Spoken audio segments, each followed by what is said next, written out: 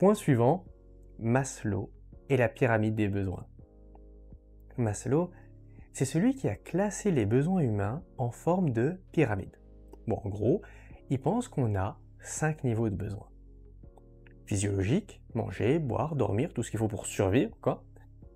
Sécurité, on a besoin de se sentir en sécurité, d'avoir un toit, un emploi stable. Appartenance, on veut être accepté dans un groupe, faire partie d'une équipe. Estime, on a besoin que les autres nous respectent et reconnaissent notre valeur. Et d'accomplissement, c'est-à-dire que tout en haut, c'est quand on veut se dépasser et réaliser son potentiel. Imagine que tu es dans une entreprise et que tu progresses dans cette pyramide en fonction de ce que tu obtiens. D'abord, tu assures tes bases, ton salaire pour manger et un toit. Puis tu cherches à te sentir en sécurité, à faire partie d'une équipe sympa, à être respecté et enfin à accomplir des projets qui te font te sentir bien dans ce que tu fais. Point suivant. Douglas McGregor et les théories XY. McGregor, il a proposé 2 visions des gens au travail, la théorie X et la théorie Y. Avec la théorie X, les gens n'aiment pas aller travailler et ils ont besoin d'être surveillés en permanence. En gros, si tu es manager, tu passes ton temps à contrôler tout ce que font tes employés. Pour la théorie Y, là, on part du principe que les gens aiment travailler et qu'ils se sentent motivés quand ils participent aux objectifs de l'entreprise. Donc toi, en tant que manager, tu donnes des responsabilités et tu fais confiance.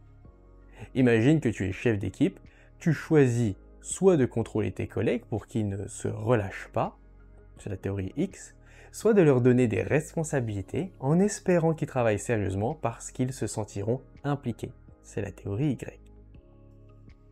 Point suivant, Uchi et la théorie Z. Alors Uchi, lui, il a étudié pourquoi les entreprises japonaises, elles réussissaient si bien. En fait, il a observé qu'elles offraient souvent un emploi à vie, des promotions lentes et prenaient les décisions collectivement. Imagine bosser dans une entreprise où tu es sûr d'avoir un emploi stable et où les décisions sont prises ensemble. Ça crée une ambiance où chacun se sent impliqué. Point suivant, les apports et les limites des relations humaines. Alors oui, mettre l'accent sur le facteur humain, c'est important. Mais c'est pas parce qu'on travaille dans une ambiance sympa que la productivité va forcément suivre. Cette approche, elle est super pour le bien-être, mais elle oublie parfois que l'entreprise est aussi influencée par son environnement externe. Point suivant, Friedman et le travail en miettes. Alors Friedman, il a remarqué que quand le travail est très divisé, les gens finissent par s'ennuyer et se fatiguer. Imagine que tu passes ta journée à faire la même tâche encore et encore, tu te sens vite comme un robot. Point suivant, Touraine et les changements dans la nature du travail. Alors Touraine, lui, il voit 3 grandes étapes dans l'évolution du travail. D'abord, l'action autonome. Tu fais ton boulot de manière autonome. Puis l'organisation normalisée, on te donne des méthodes et tu dois suivre des procédures. Et enfin l'automatisation, où la machine fait presque tout, puis toi tu surveilles. Imagine une usine où tout est automatisé, les ouvriers n'ont plus qu'à surveiller que tout fonctionne bien. C'est pratique, mais c'est moins engageant. Hop hop hop! Si cette vidéo te plaît, sache qu'elle est issue de ma formation sur le DCG-DSCG. Sur cette formation, tu y retrouves toutes les vidéos de tous les cours, mais aussi tous les cours en audio et en PDF. Et puis évidemment, tout est mis à jour régulièrement. Et puis c'est même pas tout. Tu vas y retrouver des vidéos bonus pour t'aider à préparer efficacement ton épreuve, des fiches de révision, des flashcards et un accès direct pour me contacter si tu as besoin d'aide.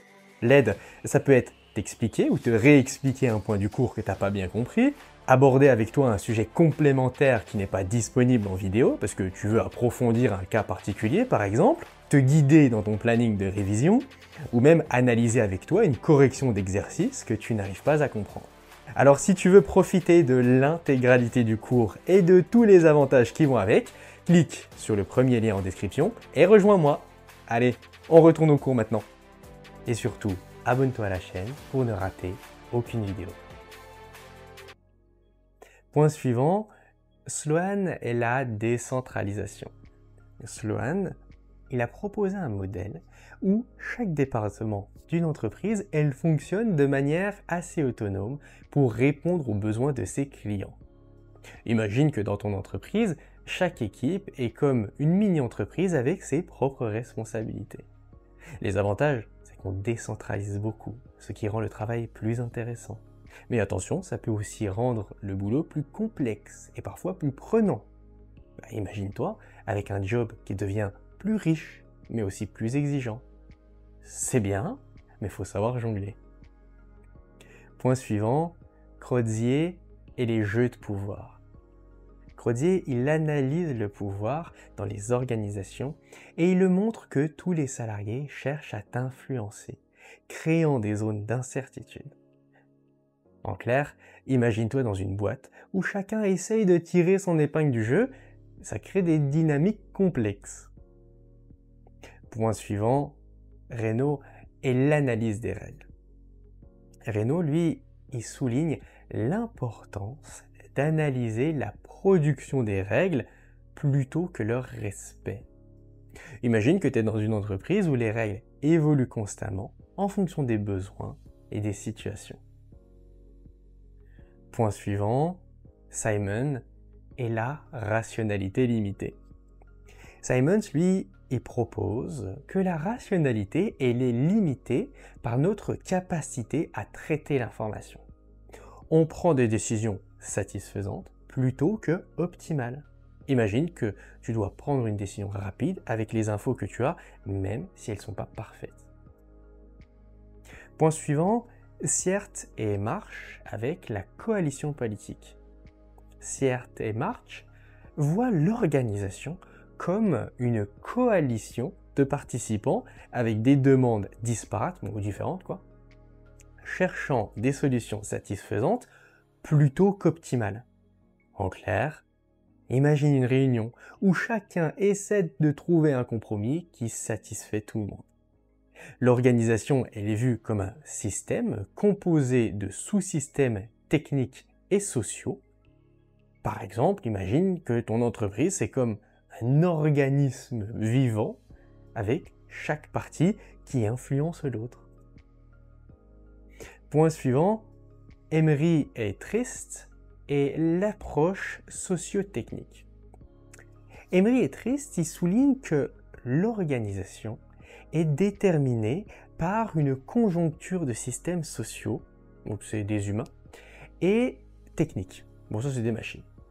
Bon, en fait, imagine une usine où les technologies et les relations humaines sont en parfaite harmonie. Point suivant, Woodward et la structure et les technologies de production. Alors Woodward, lui, il découvre que l'OST ne fonctionne pas pour la production par unité, mais qu'elle fonctionne pour la production de masse. Par exemple, pour une petite fabrique artisanale où chaque produit est unique, l'OST, ça ne serait pas efficace. Burns et Stalker est la variabilité de l'environnement. Burns et Stalker, ils montrent que la structure d'une organisation, elle dépend de la complexité et de la stabilité de son environnement. Imagine une start-up qui doit constamment s'adapter aux nouvelles tendances du marché. En clair, c'est à cause du marché qui évolue beaucoup que l'entreprise est obligée d'être une start-up. Point suivant, Lawrence et Lorch et l'adaptation diversifiée à l'environnement. Lawrence et Lorch, ils analysent comment les organisations s'adaptent à l'environnement en différenciant leurs divisions. Imagine une entreprise avec plusieurs départements, chacun s'adaptant différemment au changement du marché.